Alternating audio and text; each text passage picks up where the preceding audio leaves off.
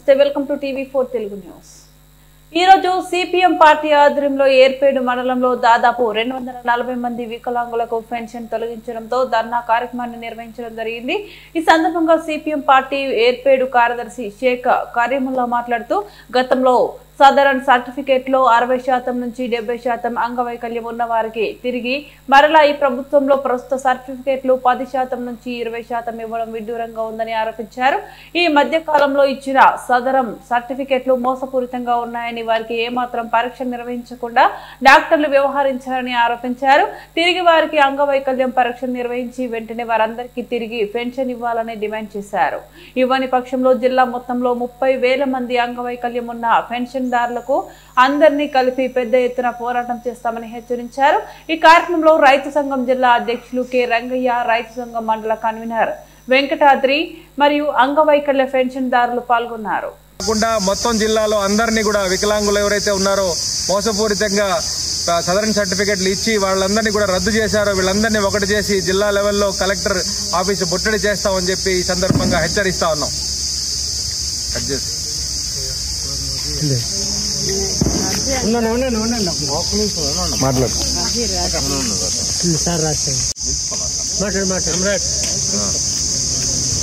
ఏర్పేడు మండలంలో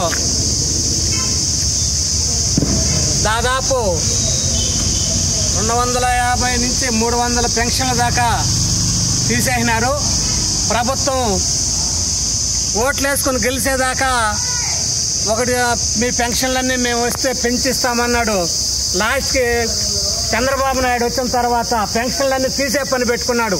అంటే వాళ్ళ విధానం ఇదేనేమోనని మేము అనుకోవాల్సి వస్తూ ఉంది।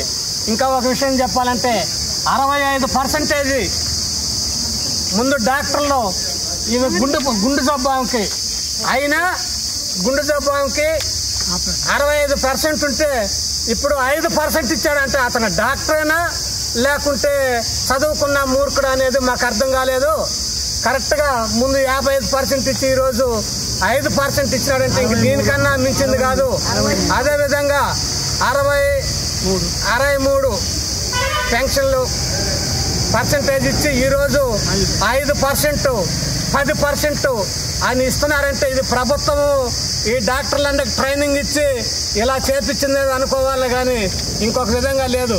ఖచ్చితంగా ఈ తీసేసిన పెన్షన్లు ఎమ్మటే ఇస్తారని ఆశిస్తూ అట్లా చేయని వెడల ఈ వికలాంగుల్ని అందరినీ తీసుకొచ్చి మళ్ళా పెద్ద ఎత్తున జిల్లా వ్యాప్తంగా ధర్నా చేస్తామని హెచ్చరిస్తున్నాం।